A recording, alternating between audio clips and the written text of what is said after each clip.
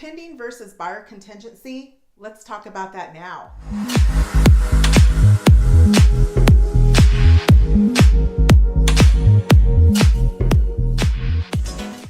Hi, Janice Phillips here with Arizona Homes by Janice, a realtor with RE/MAX Renaissance. If this is your first time visiting, welcome. Consider subscribing. I release new videos every Thursday with some great information like this. Right now, Arizona is in a seller's market, which means if your home is priced correctly and it's show ready, great curb appeal, the home is decluttered, it's basically show ready. So you have neutral room colors throughout the home. It's going to sell within days. Now those homeowners become buyers that need to purchase their new home, whether it's a resale or a new build. They could be wanting to downsize, upsize, relocate, or even move to a more desirable area in Arizona. This is where your buyer contingency comes into play. What is pending versus contingency? Pending is that a contract is accepted by both parties and it's initiated. It will start its 30 to 45 day process to close. You'll start escrow, you'll do your inspections, the appraisal will be ordered, and then it goes to title and closing for that 30 to 45 day close. The buyer contingency is you're giving the buyer a specific time to get their current home under contract or closed by a specific date that both parties agree on.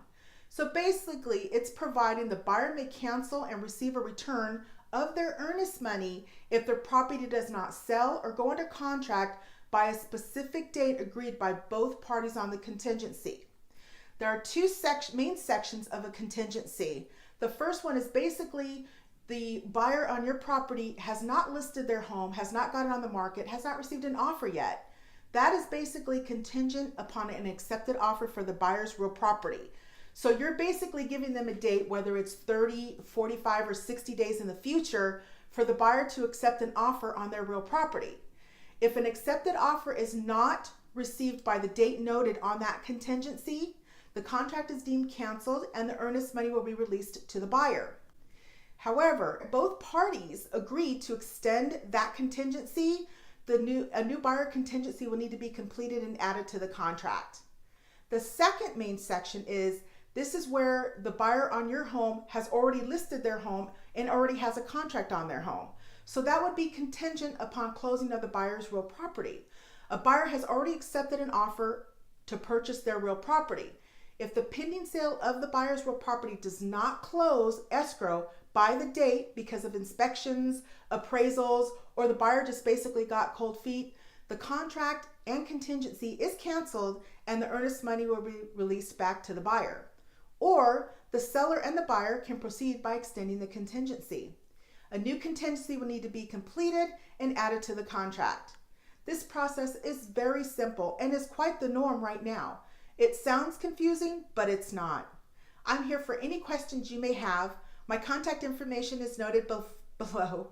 If you found this information helpful, give me a like and comment below.